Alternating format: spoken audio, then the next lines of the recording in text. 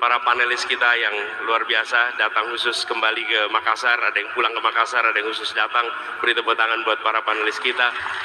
Saya merasa senang sekali, alhamdulillah bisa kembali. Dan kalau pulang ke Makassar ini memang unik.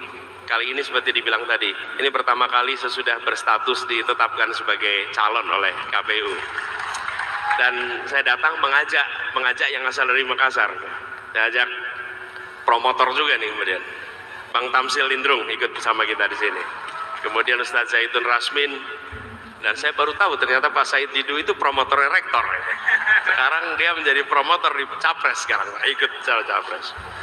Bapak Ibu sekalian, terima kasih atas kesempatan untuk berbagi ide, berbagi gagasan. Mungkin kita akan banyak bertukar pikiran, tapi izinkan kami menyampaikan beberapa pokok pikiran utama saja yang mungkin nanti akan jadi bahan percakapan lebih jauh. Perjalanan bangsa kita ke depan adalah sebuah rangkaian peristiwa demi peristiwa, dan peristiwa ini kemudian membentuk apa yang sekarang kita miliki.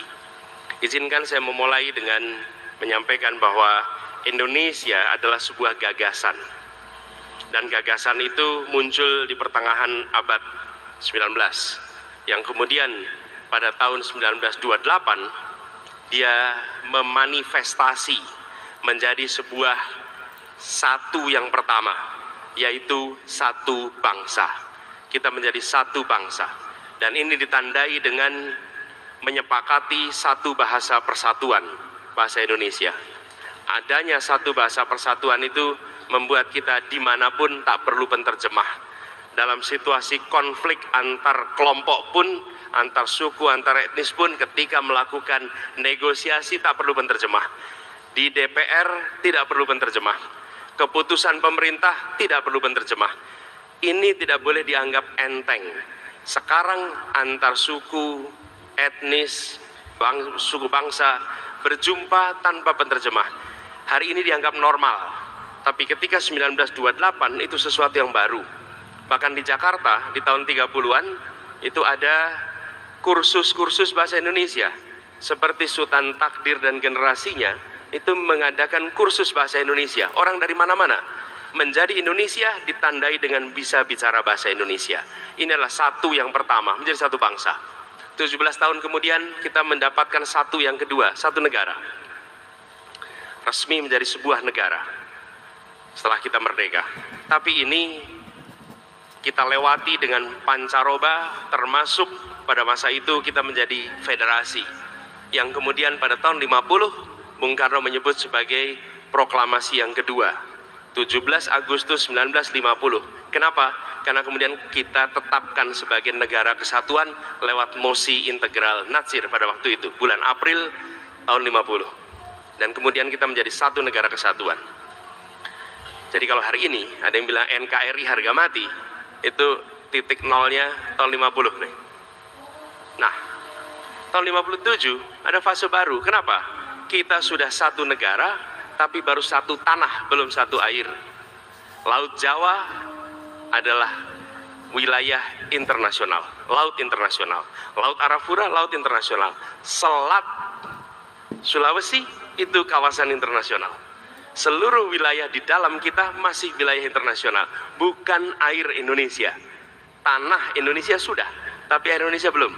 Lalu ada deklarasi Juanda tahun 57 yang menyatakan kita menjadi satu wawasan Nusantara, tapi prosesnya panjang. Baru 25 tahun kemudian diakui oleh UNCLOS, perjuangan Muchtar Kusuma-Atmaja dan kawan-kawan, sehingga kita menjadi satu tanah air.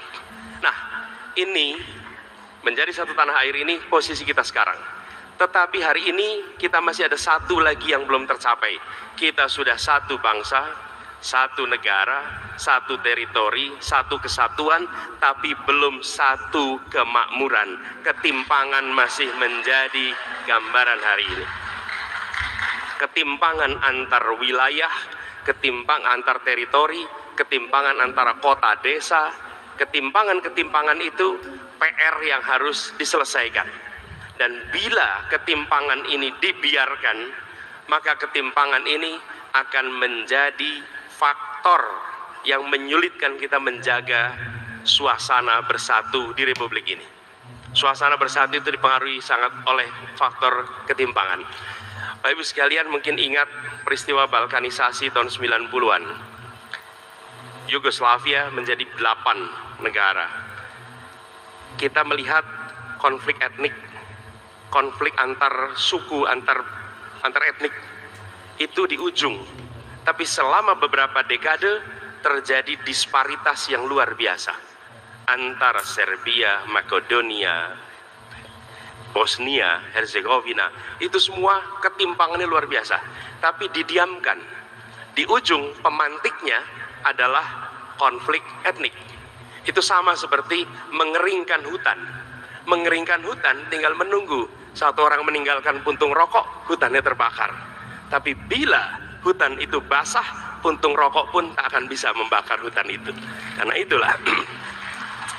itulah PR kita sekarang adalah bagaimana kita menjaga keutuhan ini dengan mengubah orientasinya. Bila orientasi kemarin itu pada pertumbuhan yang luar biasa, maka kami melihat ke depan kita harus mengedepankan justru faktor keadilan di dalam pembangunan ini. Keadilan antar wilayah, antar tempat. Saya ingin tunjukkan gapnya.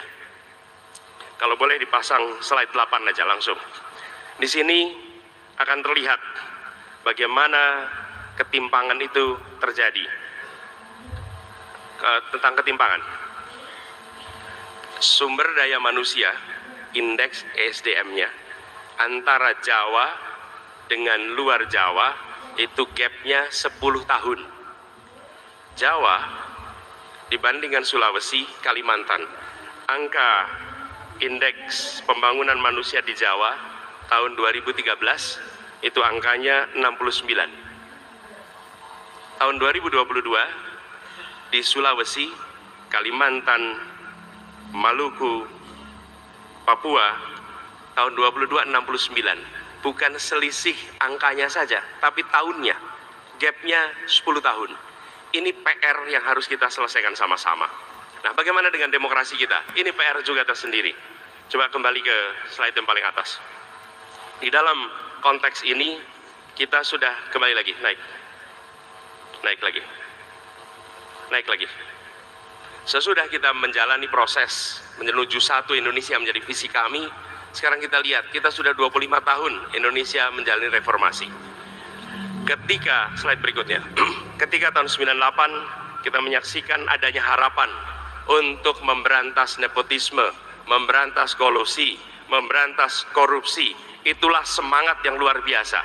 Dan tahun ini, tahun 2023, yang kita rasakan sekarang seakan kita tinggal di Konoha, di mana tidak ada keberanian untuk mengucapkan kebenaran.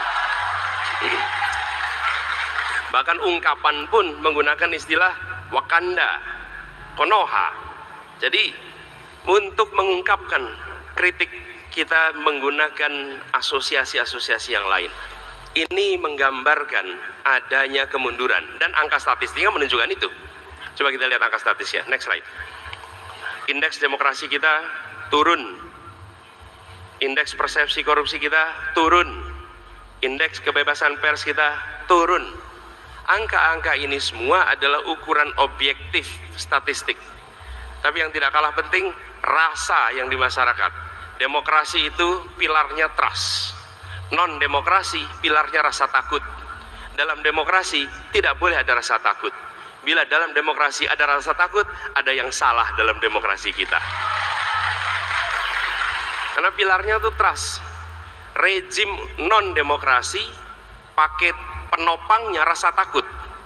Begitu rasa takut itu tererosi, maka rejim non-demokrasi bertumbangan. Saksikan, rejim-rejim ditopang dengan rasa takut. Ketika rakyat tidak lagi memiliki rasa takut, rejim itu bertumbangan. Selesai, dimanapun juga. Karena dia ditopang dengan fear, rasa takut. Tapi kalau demokrasi, dia ditopang dengan trust, dengan kepercayaan. Dan itu artinya apa? Membangun institusi. Membangun institusi itu dari mulai perundang-undangan, regulasi, di mana institusi itu membentuk perilaku. dan orang-orang yang di dalamnya mentaati institusi yang disepakati.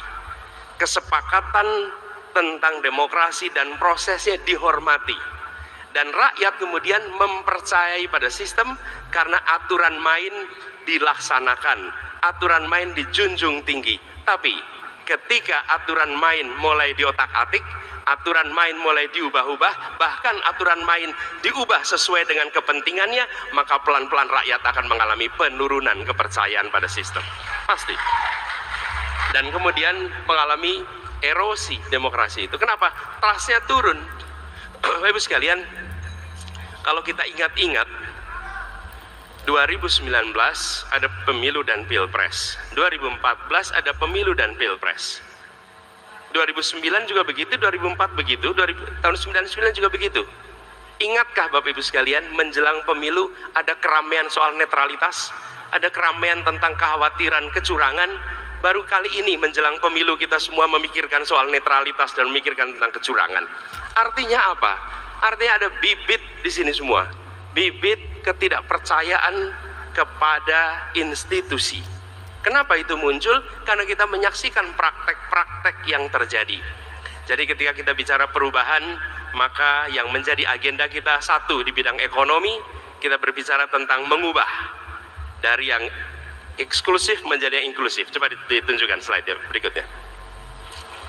Ini slide berikutnya aja supaya lebih singkat. Jadi kita akan mengalami kesulitan karena ada contoh di sini. Mengapa sebuah negara bisa gagal? Karena negara ada yang eksklusif, inklusif, ada yang ekstraktif. Institusi ekonominya, kalau yang inklusif, akses luas ke perekonomian. Kalau ekstraktif, konsentrasi ekonomi di elit. Kemudian playing field-nya setara.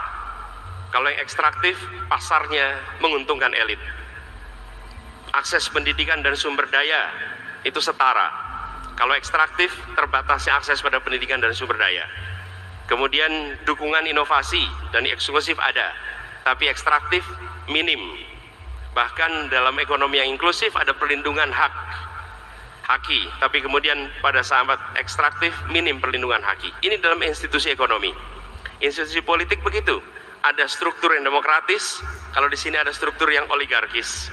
Ada partisipasi politik yang luas, ada partisipasi politik yang terbatas. Kemudian ada perlindungan atas hak kebebasan, yang ekstraktif adalah justru pemberangusan atas hak kebebasan. Dan ketika di sini ada rule of law and transparan, di sini sistem yang korup. Dan pemimpin akuntabel menjadi pemimpin yang tanpa akuntabilitas. Ini contoh negara yang gagal, bisa gagal karena itu. Kita lihat kemudian slide berikutnya. Apa yang kemudian terjadi? Kita akan berencana bicara perubahan, kita ingin menggeser dari institusi yang ekstraktif menjadi institusi yang inklusif. Pemerintah sebagai penguasa bergeser menjadi pemerintah sebagai pelindung, dan pendekatan top down diubah menjadi pendekatan yang kolaboratif, yang setara, dan memberikan kepastian hukum. Jadi ini adalah ide-ide umum yang hendak kita sama-sama bawa ketika bicara perubahan. Next slide. Dengan ini maka agenda pemulihan demokrasi kami melihat ada 3 komponen. Pertama adalah mewujudkan hukum yang adil, transparan, dan mengayomi. Yang kedua, memberantas korupsi, kolusi, dan nepotisme, dimulai dengan komitmen yang paling puncak untuk tidak mencampur adukkan antara benar dan salah, antara korup dan tidak korup di dalam seluruh pengambilan keputusan. Yang ketiga adalah menjamin kebebasan berekspresi, yang kemudian diantaranya ada ini semua. Dan ini semua Bapak sekalian adalah contoh 3 agenda tentang perubahan terkait dengan demokrasi yang ingin kita kerjakan bersama. Ini sebenarnya gambaran umum, insya Allah kita bisa diskusikan sama-sama.